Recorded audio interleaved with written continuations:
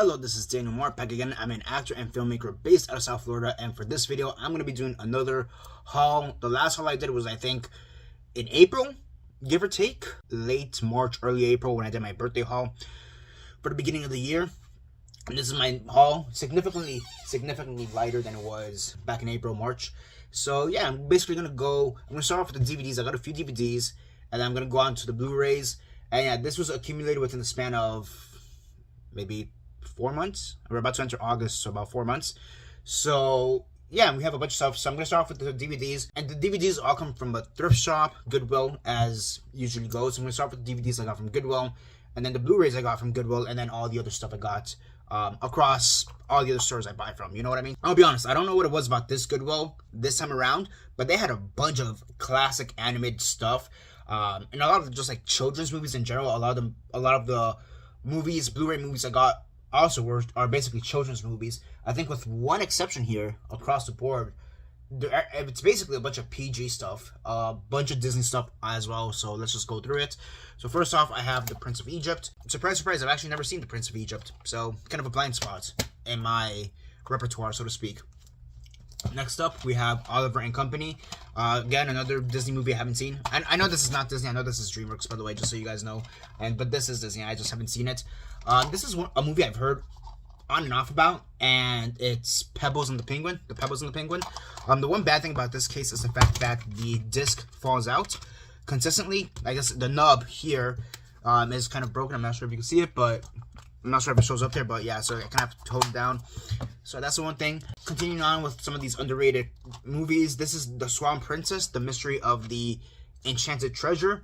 I'm not gonna lie, when I picked up this movie, I thought it was the original Swan Princess. I didn't realize this was an actual series of movies, if that makes sense. So I think this is like the third or fourth movie in the series.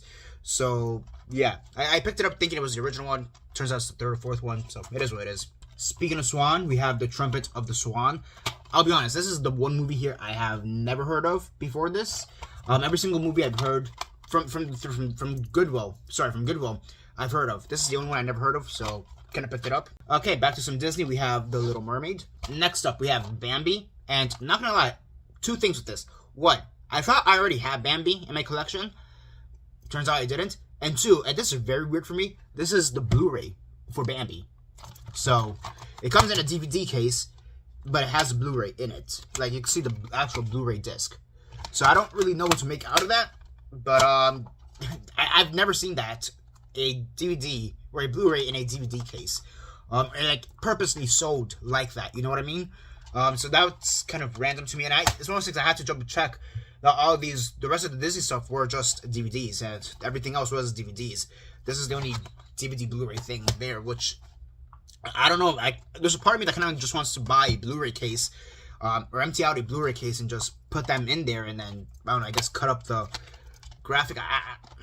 That's just very strange to me. So yeah. Next up, we have The Great Mouse Detective. So yeah, and yes, it is just a DVD. Kind of went to double check for a second, but yeah, it's just a DVD here. That Bambi thing is so weird. Here we have Lilo and Stitch, because the movie came out, or was coming out when I was doing this, buying this. I decided to pick up Lilo and Stitch. I'll be honest, I don't remember watching Lilo and Stitch. I'm gonna be completely honest there. I remember watching like the show Lilo and Stitch, but I don't remember ever actually watching the movie itself. I know I had to. It's one of those things, either I definitely watched it, or it's so popular in the pop culture zeitgeist that I just know it. And Jesus Christ, is it just me, or does this lighting make me look sick and yellow? Yellow and sick. Wow, the lighting here sucks. Next up, we have Tarzan, another movie that I thought I had already in my collection, and I guess I didn't. And speaking of Tarzan, Tarzan 2. Here we have Alice in Wonderland. So yeah, I really like these big Disney box sets, DVDs. I mean, it's not really a box set, but it's like, I don't know, sometimes there's some DVD cases that they're just built sturdier than others. Like, I don't know. Like here, this next one, the case for it isn't built as sturdy. I mean, I know you can't feel it through the screen, but I don't know, there's just a certain feeling to it that it feels a lot more sturdier than other cases. I don't know how to describe it. But yeah, that's Alice in Wonderland. Here's a movie that I saw when it came out, and I've just never heard anybody talk about it. Granted, it's a TV movie, but that is the Good Luck Charlie It's Christmas special movie. I didn't know they had a DVD for this. Like, I've never thought about, like, hey, let me look this up, look this movie up, whatever. So I saw it there. I'm like, you know what? Screw it. I'm getting this. And Good Luck Charlie was one of the better shows during that time. I mean, that time was just great. Like, you had Good Luck Charlie, you had Sweet Life on Deck, you had Ant Farm. I think you still had Lab Rats before they had their weird, like, 4th or 5th season reboot with the Mighty Meds or whatever it was called. I remember Mr. Young being around that time as well. I mean, granted, I'm naming some Disney XD shows, right? Whereas I think this was pure Disney, but, you know, just a bunch of shows from that time that were great. Next up, we have Charlotte's Web. I'm sure I saw this at school, like when I was like 5 or 6 years old. So yeah. Here we have The Nightmare on Elm Street. Sorry, The Nightmare Before Christmas. Nightmare Before Christmas. And here we have The Adventures of Ichabod and Crane, or Ichabod and Mr. Toad. My bad. And I've never seen the movie, to be honest with you. So there's that. But if I'm not mistaken, this may be kind of like an anthology film, sort of. So yeah. So now onto the Blu-rays, excluding Bambi. Now onto the Blu-rays that I got from Goodwill. And like I said, these are all basically children's movies with one exception. And here we have Beauty and the Beast live action. Not gonna lie, I actually like Beauty and the Beast live action. I know a lot of people complain about Emma Watson singing and how it sounds a bit too auto-tune or whatever. I never got that, to be honest with you. It sounds normal. So for me, that complaint's always been kind of weird. So yeah, it turns out there's still some rapping on this movie, so I'm taking it off right now. Next up, we have The Sorcerer's Apprentice. It's a movie I haven't really heard anybody talk about, to be honest with you. Next up, we have The Zookeeper, and I know I saw this like on TV probably like a year or so after it came out. Next up, we have Monsters vs. Aliens. I know I saw this when it first came out, like in theaters, and I've never heard anybody talk about it since. I know there was that Monsters vs. Aliens show, but I don't think it was that good. You know, I think it was just like average. So yeah. Next up, we have Megamind. I've never seen Megamind. This is a movie I remember watching a lot on TV, but I've never heard anybody really talk about it, and that is Mr. Popper's Penguins. I thought this was a fun movie, cute movie, so yeah. And scratch that, I actually have 3 movies that are kind of adult, so to speak, or just not really children's movies. First off, here I have Hidden Figures, which is another movie I thought I had in my collection already, to be honest with you. And I saw this, I remember I saw this at a field trip one time, so that's the only time I've seen it. I'm pretty sure the most memorable thing about this movie, 2 things. One, it's that scene where, what's his name? Not Kevin Spacey, but I know it's not Kevin Spacey, but I forget his name right now. The actor, but when the actor or his character better said, tears down the bathroom sign, I think that's the big thing that everybody remembers. But then the other thing that I think this movie has become semi-famous for is the fact that it was a jumping-off point for Glenn Powell and I think Mahershala Ali as well. I don't know how to pronounce that name. Mahershala. Yeah, but I think for both of them, I think this was like a big movie very early on in the careers for both of them, for Powell and Ali. Next up, we have Chasing Mavericks. Not gonna lie, never seen it, so just kind of saw it, picked it up. And last but not least, we have It's Kind of a Funny Story. Again, just saw it, picked it up.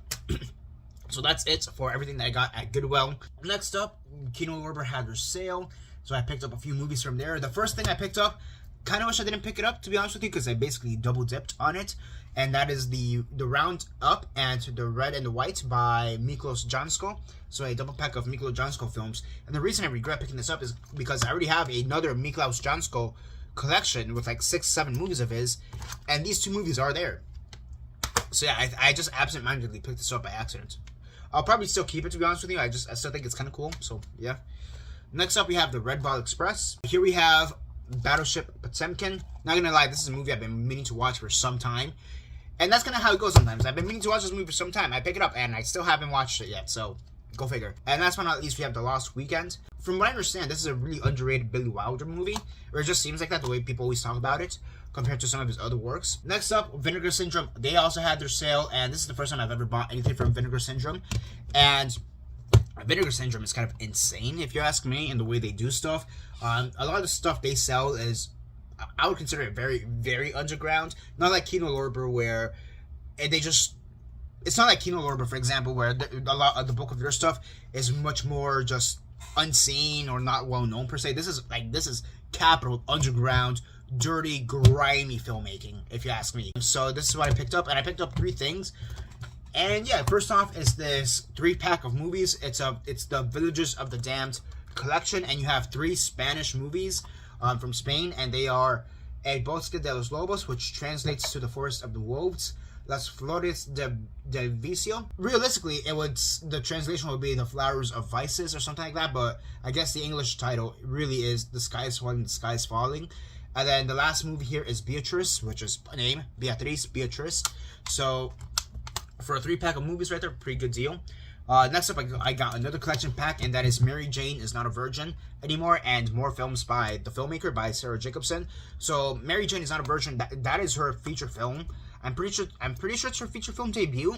And then here on the collection, they have a bunch of her other short films that she's done over the years. So some of the other movies that are in this collection includes I Was a Teenage Serial Killer. So you have the movie as well as the commentary track for it. You also have Sweet Miss, The Disco Years, Road Movie, or Whatever I Learned in a Buick Station Wagon, Spheric Waves, Technicolor Yawn, The Making of Ladies and Gentlemen, Fabulous Stains, Bra Shopping, and then you have a few of the commentary stuff there. But yeah, the main movie here is Mary Jane is Not a Virgin Anymore, and then again, a bunch of her short films, Sarah Jacobson's films. So that seemed very interesting to me. It reminded me a lot of the, oh my gosh, what's this? I have a few of the collections right there that I feel like are similar to this. I don't know why I'm blanking out. Maya Deren, that's her name. Is Maya Deren. I believe that was her name. Like there's like that, or like the Holland Opus collection as well, where it's similar to that, where you have like some of their big films and then they have a bunch of their short films in the mix as well. That's what it was. It's like the Holland Opus collection, which is Criterion, and the Maya Deren, which is I think that one may be Kino Lorber or Shout as well. So yeah. And then the last one I have here is Duck, the Caribbean High Massacre. And this is probably the most controversial movie I have I picked up. Probably the second most controversial movie in my collection, aside from Triumph of the Will. Can't believe I found that one still. But yeah, this is probably the second most controversial movie I have in my collection. Basically, this is a movie that came out like 2 months after Columbine. Like straight up, the filmmakers are saying that, no, we are trying to profit off Columbine. Like they got sued out of their asses because they're basically making a school shooter movie like two months right after Columbine happened. They got sued out of their asses, which like I wonder if they have the story, like commentary track or like interviews with them, because that's something I would love to see. But yeah, that's basically that. A school shooting movie fresh off of Columbine. I don't know what else you want me to say. And here's the thing, I'm not gonna lie. Columbine is one of those disasters, I don't know, or events, I don't know what to call it, that I just have a very weird fascination with. So like, when I saw this, I'm like, oh, I kind of have to pick that up just to like see what kind of demented hell is in this thing. I just have a weird fascination with Columbine. I mean, it's one of those things. I mean, I think a lot of us really like true crime stuff, so I think that kind of falls into it too. But like other disasters I have a fascination with are like 9/11 and Titanic. Like I think Titanic, 9/11, and Columbine are like the three weird events that like I just have a lot of weird fascinations with. Like, how did that happen? How did that occur? I want to know more about that. So yeah, here is me wanting to know more about that. Definitely one of the most screwed up things I have in my collection, aside from like Triumph of the Will. I don't think anything is gonna beat Triumph of the Will. Jesus Christ. Next up, we have the stuff I got from Walmart, and I know some of this stuff I'm gonna take a tremendous hit on my reputation for, as if that didn't just give me a hit. So I'm gonna try to save that stuff for the end. So I got 2 new movies that just came out. One of them I'm gonna show right now. The other one I'm gonna save to the end because I'm gonna get crapped on so much for that movie. But first off, I got Sinners, and I actually just got the Blu-ray. I know it says the 4K. No, I just got the regular Blu-ray. It's just that for whatever reason at Walmart, the Blu-rays did not have a slipcover, but the 4Ks did. So I'm like, you know what, screw it. I'm gonna just stick a 4K slipcover and go from there. Next up, we have The Colors Within, and this is a movie that I've seen on and off. Like, I haven't seen it personally. I haven't seen the movie actually, but I've seen like people talking about this movie on and off. And it's made by the same people who did A Silent Voice and Listen to Bluebird. And I've seen A Silent Voice. I think that's a tremendous film. I think that's actually one of the best anime movies, like modern anime movies. Listen to Bluebird. I haven't seen it. I have it in my collection. I got it when Big Lots was finally going out of business. But I have that movie somewhere in my collection. I haven't seen it yet, but if it's made by the same filmmaker who did A Silent Voice, Naoko Yamada, it says right there. I think I'm going to enjoy it a lot, especially because I think Silent Voice is like such an incredible film with the topics and everything it discusses and how it portrays said topics. Next up, we have Mars Attacks. I really like the slipcover for this movie.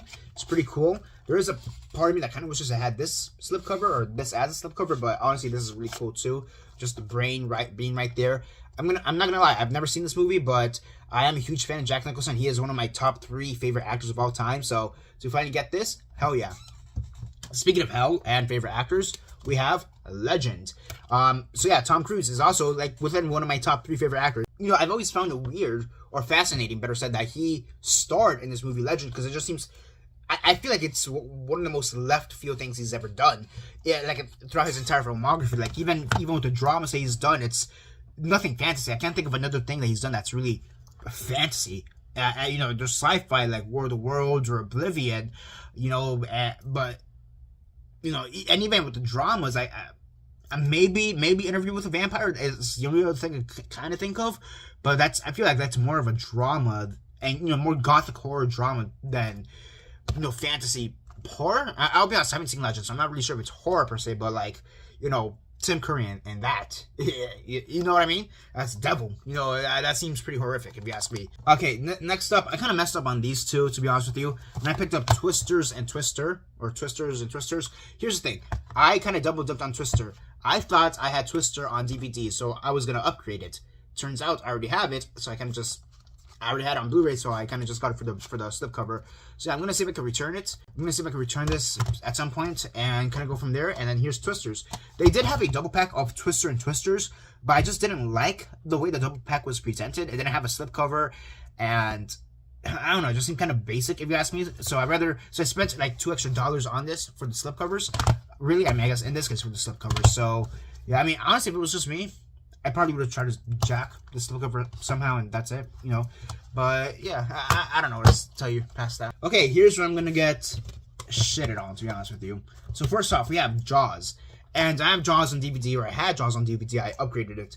And the main reason I went, honestly, to Walmart is because currently they have these, like, pretty cool slipcovers where it's like a TV set with, like, an image of the poster inside the TV set. You know, hopefully I found some images of what I'm talking about so you guys can see what I'm talking about. But that's why I wanted Jaws. That's the real reason I wanted to go to Walmart in the first place, to find Jaws, the 50th anniversary commemorative edition with that slipcover or whatever. They didn't have it. They still had Jaws on Blu-ray, so I still picked it up because that's the main reason I went through either way. But here's my thing with Jaws. I'm not the biggest fan of Jaws. I think it's an alright movie. I think it's a purely alright movie. Here's the thing. Once they get on the boats, once the 3 guys get on the boats and sail away to hunt down the shark, I find the movie to be so boring afterwards. Like, significantly boring. Like, I feel like the main thing with this movie that makes me very intrigued and, like, interesting and gets me excited about the movie is that whole conflict with the town in the first half of the movie, or first 2/3 of the movie, or whatever.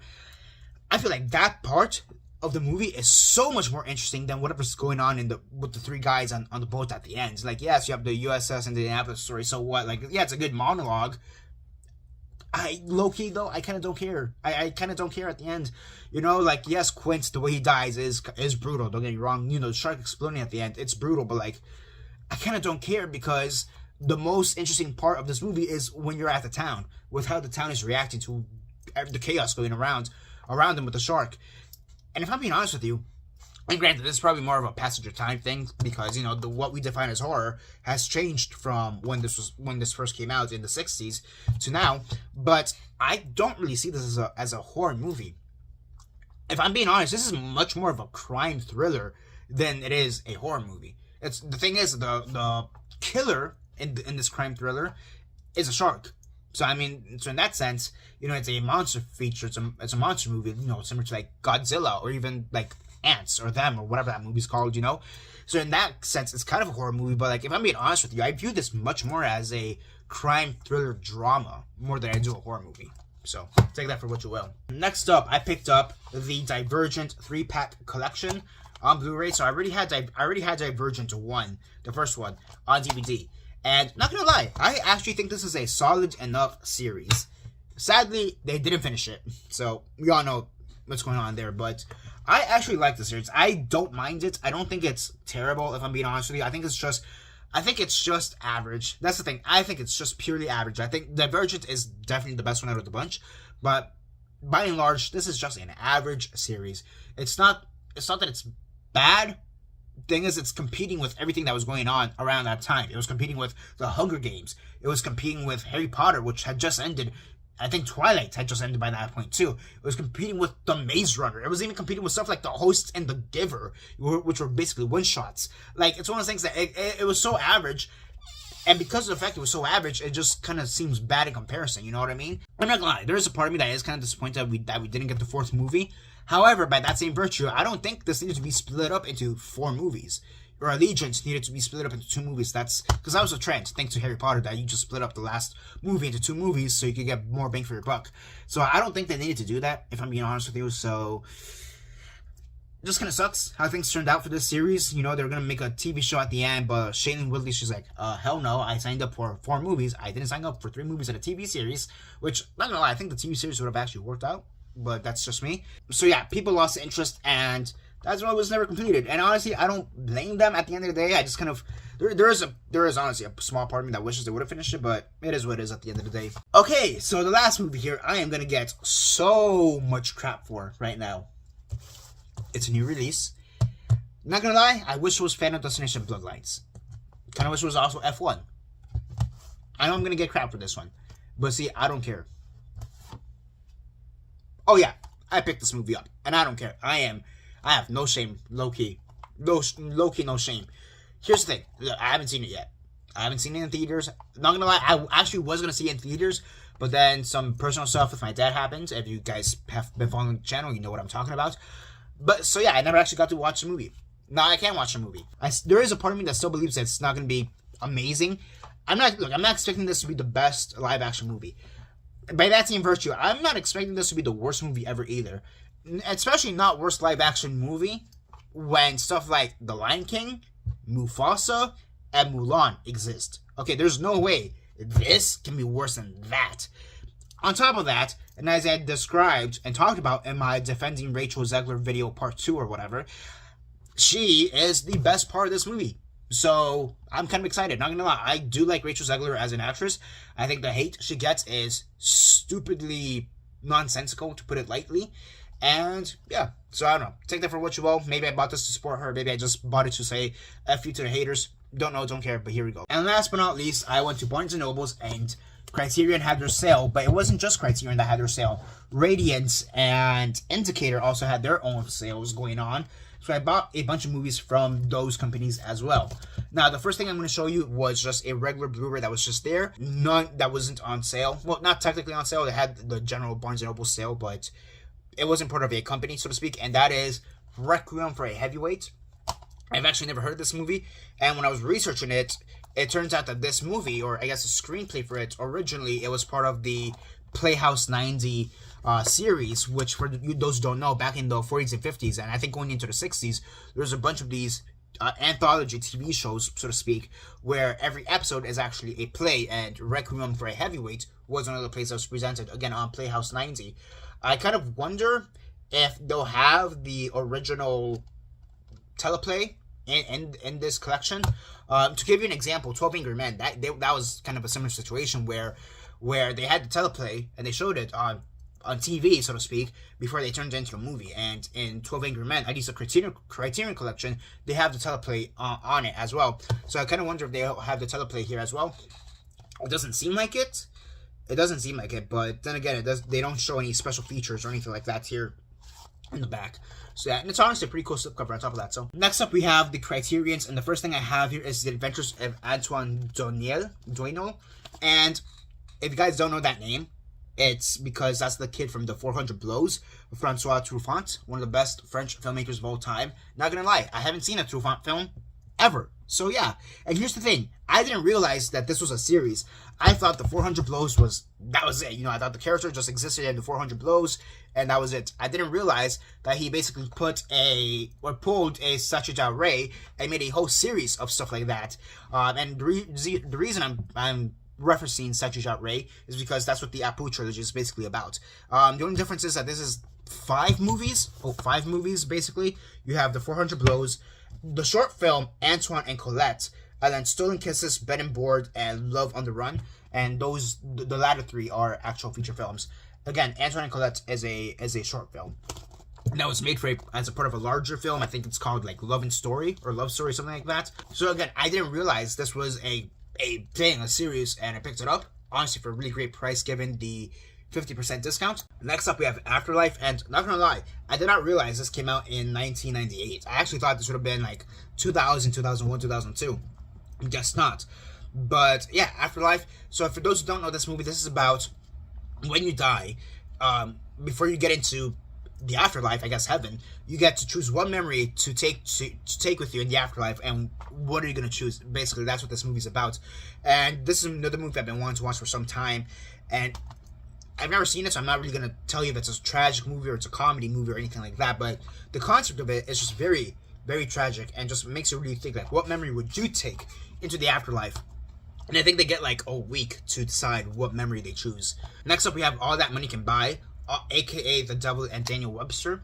And so yeah, that goes by both names, All the Money Can Buy, and also known as The Devil and Daniel Webster. And this is kind of like Faust, if you guys know what that story is about. That's basically how I would describe it. It's basically a Faustian story where you kind of sell your soul to the devil for a certain thing, for a certain need, I guess in this case money, and you have a time limit before you have to pay the devil back, or before the devil comes back to reclaim what's his.